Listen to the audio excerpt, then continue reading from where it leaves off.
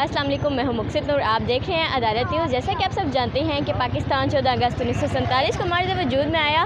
हर पाकिस्तानी 14 अगस्त को खूब जोश व खरोश के साथ मनाते हैं। आइए हम लोगों से भी जानते हैं कि 14 अगस्त के हवाले से उनका क्या कहना है, उनके अंदर कितना जज्बा है 14 अगस्त को मनाने के लिए। अस्सलाम वालेकुम। अस्सलाम।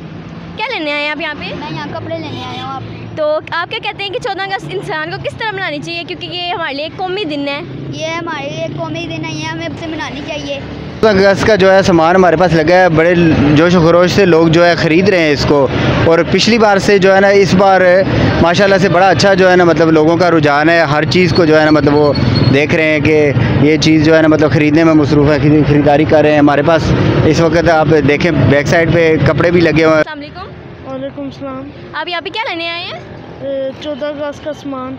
तो आप क्या कहते हैं कि 14 अगस्त जो है वो बंदों को किस तरह सेलिब्रेट करना चाहिए? ये इसे खुशी से सेलिब्रेट करना चाहिए। तो आप जब यहाँ पे चीज़ें लेने आते हैं तो आपको यहाँ पे देख कर क्या रिएक्शन था? आपको अच्छा लगता है? जी। झंडे भी लेके जाती है दुनिया, कश्मीर के भी और पाकिस्तान के भी।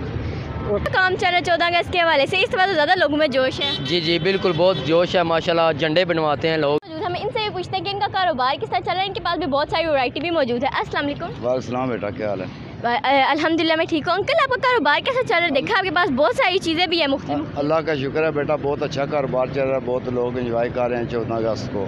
जैसा कि हमने अंकल से पूछा और काफ़ी सारे लोगों से हमारी बात भी हुई है, बहुत ज़्यादा खुश हैं वो 14 अगस्त को सेलिब्रेट करने के लिए, क्योंकि 14 अगस्त एक ही दिन एक साल में एक ही दफ़ा आता है जिसको हम मना सकते हैं। और कश्मीर में सिर्फ इसी जगह पर नहीं, बहुत सारी जगहों पर बहुत सारे स्टॉल लगाए गए हैं 14 अगस्त को सेलिब्रेट करने के लिए, जहाँ पर मुख्तलिफ चीज़ें भी मौजूद हैं।